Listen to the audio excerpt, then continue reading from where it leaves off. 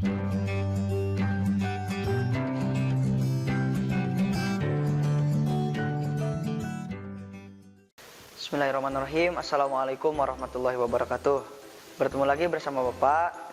Perkenalkan, nama Bapak Usaib Suherlan.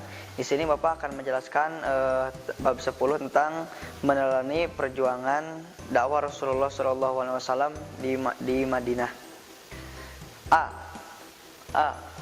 Memahami perjuangan dakwah Nabi Muhammad SAW. Wafatnya istri tercinta Siti Khadijah dan pamannya Abu Thalib yang selalu menjadi pembela utama dari ancaman para kafir Quraisy. Beban Rasulullah SAW dalam berdakwah menyebarkan agama Islam semakin berat karena faktor pendukungnya Nabi, semangatnya Nabi telah meninggal, diantaranya Siti Khadijah dan pamannya Abu Thalib, sehingga Rasulullah SAW hijrah ke Madinah untuk dakwah dan menyebarkan agama Islam di sana. Faktor-faktor yang mendorong Rasulullah SAW hijrah ke Madinah. 1.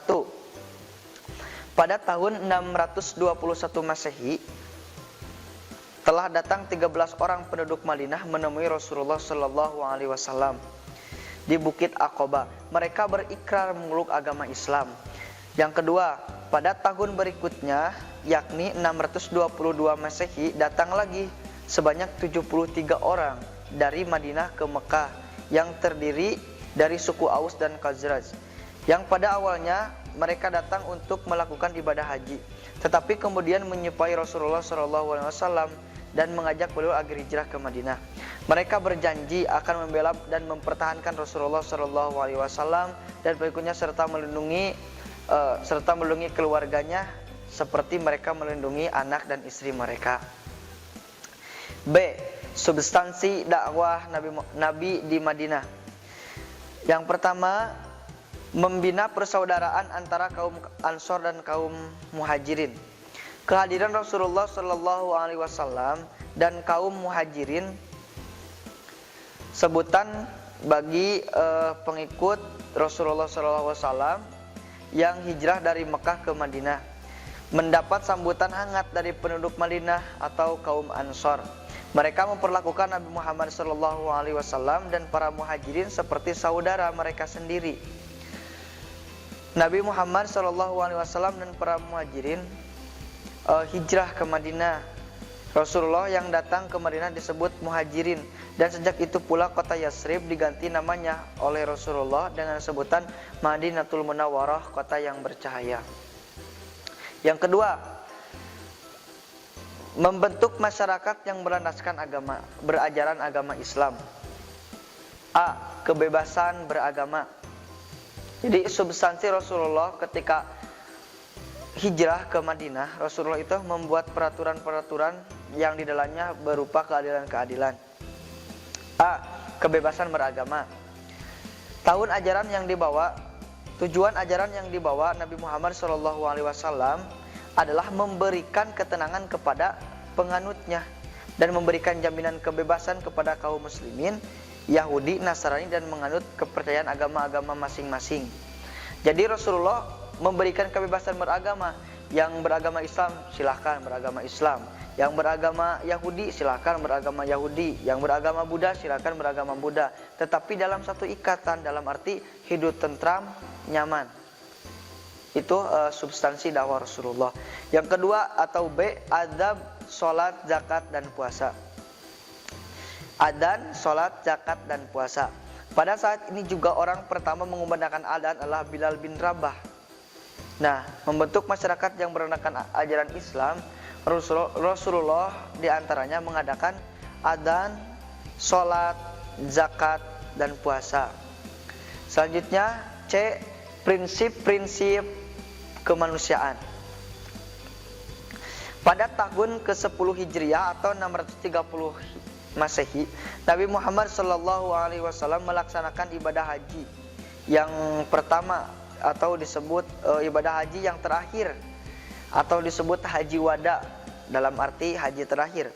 Dalam kesempatan ini, Nabi Muhammad SAW menyampaikan khutbah yang sangat bersejarah. Ketika matahari telah tergelincir dengan menunggu untanya yang bernama Al-Qaswa, Nabi Muhammad Shallallahu Alaihi Wasallam berangkat dan tiba di lembah yang berbeda di Urona. Di tempat ini, dari atas untanya Nabi Muhammad Shallallahu Alaihi Wasallam memanggil orang-orang dan diulang-ulang panggilan itu oleh Robi'ah bin Umayyah bin Khalaf. 3. Mengajarkan pendidikan politik, ekonomi, dan sosial. Nabi Muhammad tidak hanya menyebarkan agama Islam di Madinah. Nabi Muhammad juga mengajarkan pendidikan, politik, ekonomi, dan sosial. Dalam bukunya 100 tokoh paling berpengaruh di dunia sepanjang sejarah, Michel Hart yang menempatkan Rasulullah SAW pada urutan pertama, yang menyatakan bahwa beliau adalah satu-satunya orang dalam sejarah yang sangat berhasil, baik dalam hal keagamaan maupun dalam keduniaan. Dalam urusan politik, Rasulullah SAW menjadi pemimpin politik yang amat efektif. Hingga saat ini, 14 abad pasca wafatnya, pengaruhnya sangat kuat dan merasuk. Selanjutnya, C. Strategi dakwah Nabi Muhammad di Madinah. Yang pertama, strategi dakwah Nabi Muhammad di Madinah. 1. Meletakkan dasar-dasar kehidupan bermasyarakat. Di antaranya A. Membangun masjid. Membangun masjid tidak hanya dipakai sebagai sarana ibadah, tapi Nabi Muhammad membangun masjid sebagai bermacam-macam keperluan, bermacam-macam fungsi. Di antaranya sebagai tempat ibadah, sebagai pusat pemerintahan, sebagai tempat musyawarah. Itulah penggunaan masjid pada zaman Rasulullah. Beda halnya dengan zaman sekarang. Masjid cuma ya tempat ibadah, tempat pengajian, dan mungkin tempat pemerintahan beda lagi, atau di kantor. Seperti itu. Yang baik, membangun ukhuwah Islamiyah. Rasulullah SAW menyatukan kaum Ansor Madinah dan kaum Muhajirin Mekah. Jadi strategi dakwah atau meletakkan dasar-dasar kehidupan masyarakat, Rasulullah diantaranya membangun ukhuwah Islamiyah di kota Madinah. C. Menjalin persahabatan dengan baik di pihak-pihak lain yang non-muslim. Jadi Nabi Muhammad tidak memusuhi orang-orang yang bukan muslim. Nabi Muhammad tidak mencelakai orang-orang yang bukan muslim, tapi Nabi Muhammad merangkul dengan perlahan sehingga orang-orang kaum kafir Quraisy ikut melaksanakan ketertiban agama Islam, dan mulai perlahan sehingga waktu akan mengulur, mereka kemudian akan masuk agama Islam. Lalu Nabi Muhammad di Madinah itu tidak hanya peperangan saja, tidak hanya menyebarkan agama Islam dengan secara berdakwah, tapi Nabi Muhammad perang di Madinah.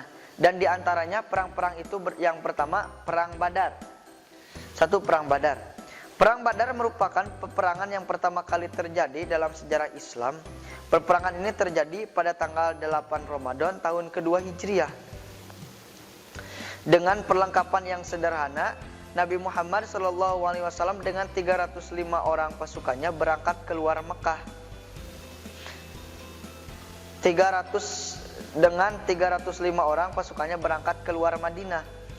Kira-kira 120 km dari Madinah, tepatnya di Badar, pasukan Nabi bertemu dengan pasukan kaum kafir Quraisy yang berjumlah 900 sampai 1000 orang.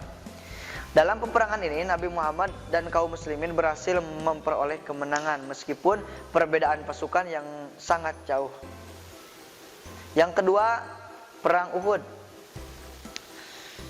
Perang ini terlaksana atau terjadi karena kekalahan kaum kafir Quraisy pada Perang Badar mengakibatkan kaum kafir Quraisy balas dendam kepada kaum muslimin. Karena pada Perang Badar yang pasukan kaum kafir Quraisy itu berjumlah ribuan orang kalah dengan 301 orang. Bagaimana mungkin? Jadi kaum kafir Quraisy itu balas dendam. Yang kedua itu namanya Perang Uhud. Selanjutnya, Perang Ahzab atau Perang Khandaq. Bani Nadir yang menetap di Khaybar berkomplot dengan musyrikin Quraisy untuk menyerang Madinah. Pasukan-pasukan gabungan mereka berkekuatan 24.000 pasukan. Pasukan ini berangkat ke Madinah pada tahun ke-5 Hijriah. Al-Farisi.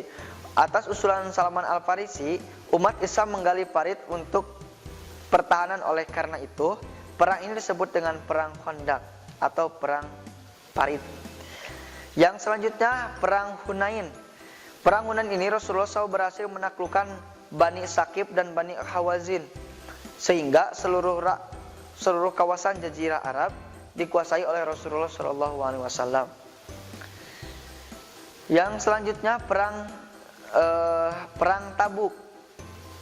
Perang Tabuk ini merupakan perang terakhir Rasulullah SAW yang diakibatkan oleh kecemburuan dan kekhawatiran Heraklus dalam kebangkitan atau keberanian Nabi Muhammad SAW sehingga menguasai Jazirah Arab, sehingga kaum kafir Quraisy benci terhadap Nabi dan melakukan perang lagi yang disebut dengan Perang Tabuk. Yang kedua, surat Nabi Muhammad kepada raja-raja. Sambil memikirkan cara berdakwah ke sana, salah satu cara yang ditempuh Nabi Muhammad SAW adalah dengan berkirim surat kepada raja-raja, para penguasa negeri-negeri, para pemerintah tersebut. Di antara raja-raja yang dikirim surat oleh Nabi, di antaranya adalah Raja Ghassan, Mesir, Abyssinia, Persia, dan Romawi. Yang ketiga, penaklukan Mekah. Penaklukan Mekah terjadi pada tahun 6 Hijriah. Ketika haji telah disyariatkan, Nabi Muhammad SAW dengan 1.000 orang kaum muslimin berangkat ke Mekah untuk melaksanakan ibadah haji. Dan pada saat ini, akhirnya kota Mekah dapat ditaklukkan oleh pasukan muslim yang dipimpin oleh Rasulullah SAW. Sehingga Nabi Muhammad SAW jatuh sakit pada tanggal 12 Rabiul Awal 11 Hijriah bertepatan 8 Juni 632 Masehi. Sekian yang bisa Bapak sampaikan. Mudah-mudahan ada manfaatnya dan bisa diterapkan dalam kehidupan sehari-hari untuk kita selalu berjuang, untuk kita selalu melaksanakan apa yang telah disyariatkan oleh Rasulullah. Di antaranya sholat 5 waktu, karena untuk mempertahankan sholat itu sangatlah sulit. Karena kata Rasulullah, perang yang paling susah itu bukan perang Badar, bukan perang Uhud, bukan perang Hunain, bukan perang Khandaq, tapi perang yang paling sulit itu adalah perang hawa nafsu kita sendiri. Sekian yang bisa Bapak sampaikan. Assalamualaikum warahmatullahi wabarakatuh. Kunjungi sosial media lainnya seperti website kami di pkbmalkata.com, Facebook PKB Malkata Manunjaya, Instagram PKB Malkata _official. Dan terima kasih telah klik video ini. Jangan lupa like, comment, share, and subscribe untuk menunjukkan dukungan kamu terhadap channel ini. Enjoy the video, PKB Malkata.